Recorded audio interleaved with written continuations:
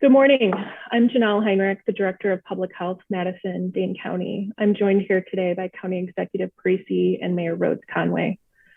Many times throughout this pandemic, I have come before you and called on you to act.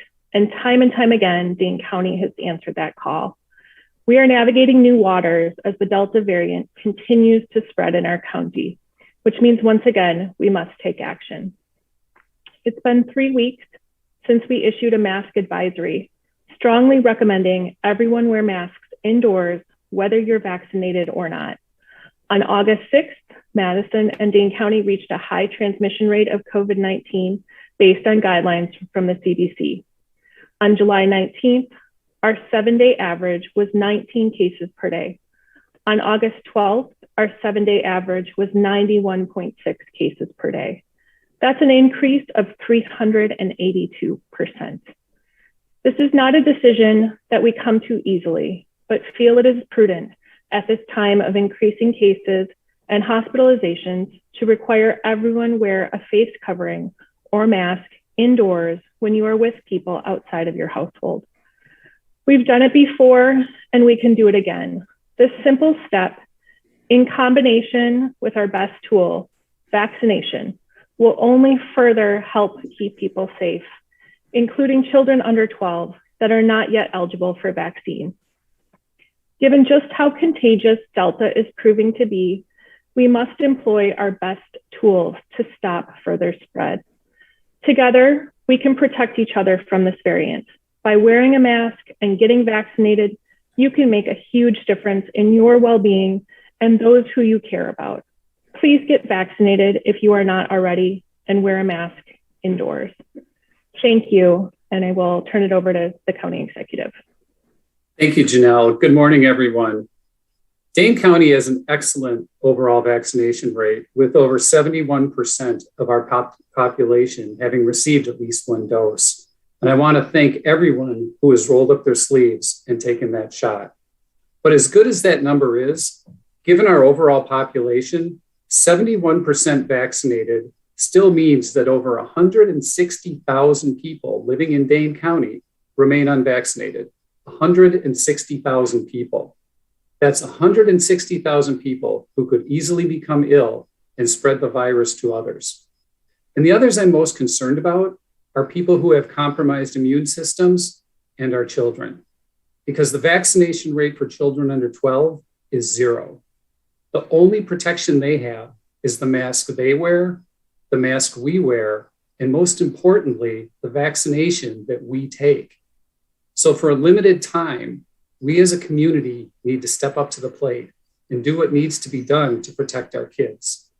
And part of that requires we mask up indoors for a while in order to reduce the overall spread and reduce our community's rate of infection, which will reduce our kids' chances of coming into contact with someone who's been infected. Now, no one's enjoying this, and everyone wants a return to normal, but that just won't happen until more people get vaccinated. So please get vaccinated because our kids cannot.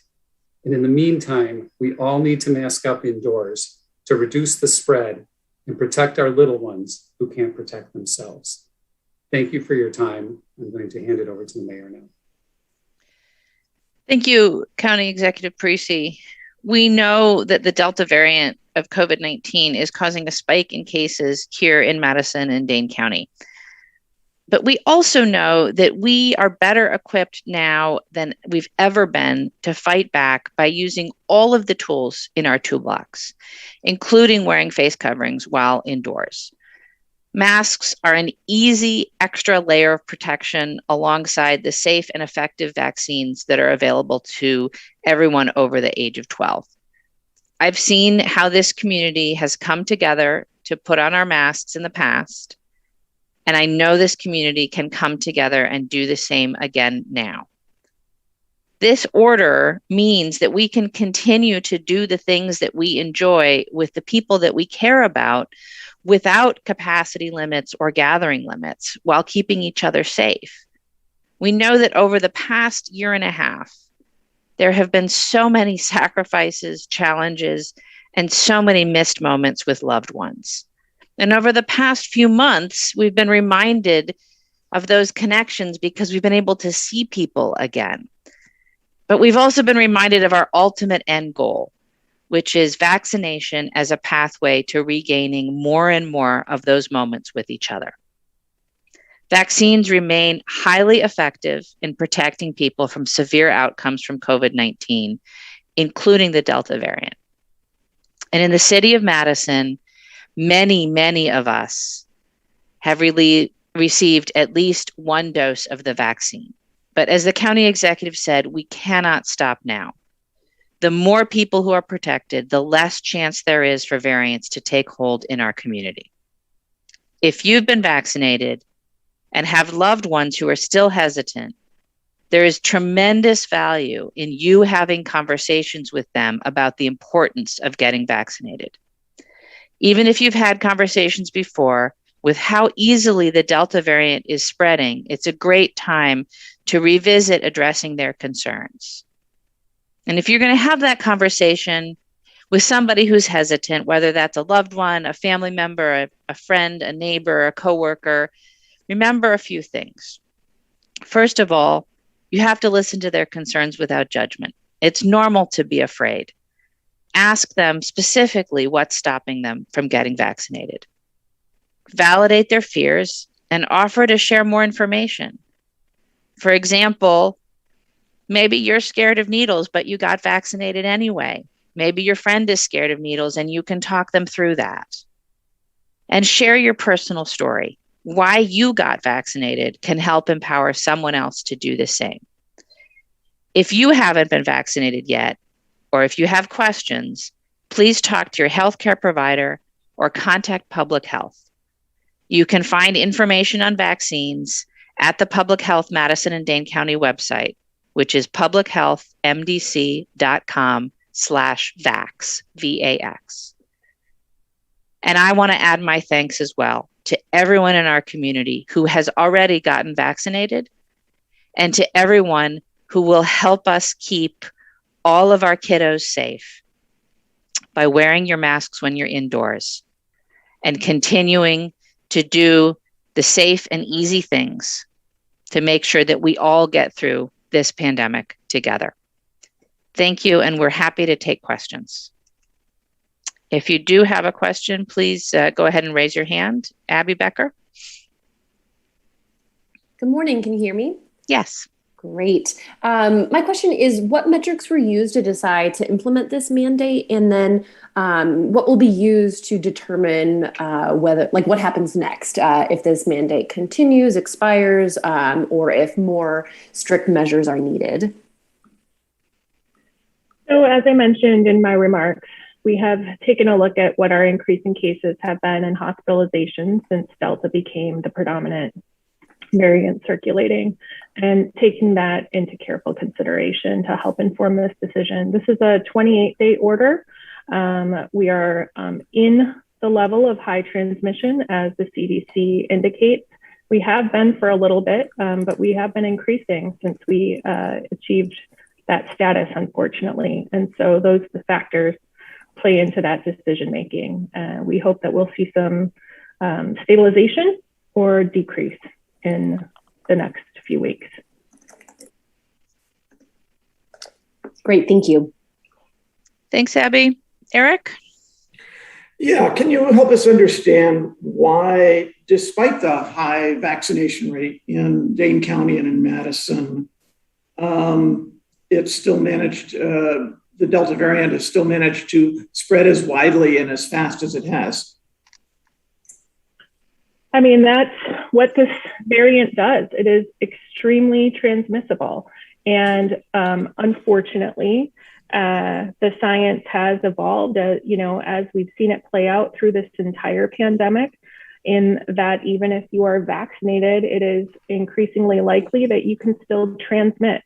And so we're seeing folks who may not be severely ill, which means the vaccine's doing its job. That's really good. But those same folks, unfortunately, could carry enough virus to then infect other folks. And so that, combined with still having a significant amount of folks who aren't vaccinated despite our high vaccine rates, we're going to see an impact. And we continue to hope that the impact that we'll see here in Dane County will not be what other folks around the country are experiencing. And that's really good news for us, but it doesn't mean that we won't see more positive cases, unfortunately, individuals diagnosed. I think one of the most important takeaways here is that vaccines are helping to reduce transmission, and they're definitely helping to reduce negative outcomes for folks in terms of how sick they might get if they do get infected, and certainly helping to keep people out of the hospital, which is really what we need them to do. But because we still have a good chunk of our population that's not even yet eligible for vaccination, we need to be using all of the tools at our disposal to help keep those folks safe. And that's the kids under 12. With school starting again, I think feel like it's really time for us as a community to think about keeping those folks safe. Any other questions? Eric, follow up? Yeah. What are you seeing with respect to children being hospitalized? Has there been a sharp increase here, as there has been reported elsewhere, of that particular demographic going to the hospital because of the variant? We are fortunately not seeing an increase at this point in time, a significant increase in children being hospitalized here in Dane County, and that's really great news. And the one thing that we've seen throughout this pandemic is that we never regret doing everything we can to get out in front of this problem as soon as possible, because we have seen over and over that what we see happening elsewhere eventually reaches us. And as Janelle has mentioned, this Delta variant will find you if you're not vaccinated. And so our kids are in a really vulnerable position right now. So that's why we need to do everything we can to help stave off what we're seeing in other states, because this is impacting young people more. And again, I can't emphasize enough that fact that every person under 12 years old is unvaccinated. And so we as adults have a responsibility to do everything in our power to keep them safe. And that's getting vaccinated, and for a little while longer to wear a mask, because they're counting on us. We need to protect them. Abby? Thanks. I just had a couple follow-up questions. And the first is if Janelle could provide context in terms of the hospitalization trends, not for children, but for adults, that the county has been seeing over the past couple of weeks, and then how that might compare to sort of previous surges or upticks in cases. Yes, we have been seeing an increase over the past couple of weeks. We are nowhere near the high that we were before. And we hope that we won't get there, which is great, because we think that because we have a high percentage of our adults vaccinated, that could happen. We also know that we still have quite a few folks who are unvaccinated, and those are the individuals who are more likely to have quite severe outcomes and end up being hospitalized. Thank you for that. And then my second follow-up was just, what might public health be considering at this time, if, stabilization or decrease in cases is not seen? We will continue to look at the context of our experience here locally to help inform decision-making, but I don't have any additional offers for you right now around that.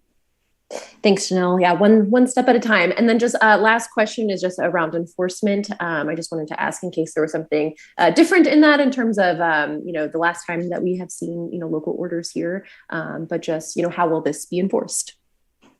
As you've seen in the past, we will, again, you can contact us if you have concerns about adherence to the orders at our coronavirus at publichealthmdc.com. And then we will follow up with folks based on those concerns that are raised. Great. Thank you so much, everyone, for your time this morning. Thank you. I think that's it for questions then. So thank you for joining us, and have a good rest of your day.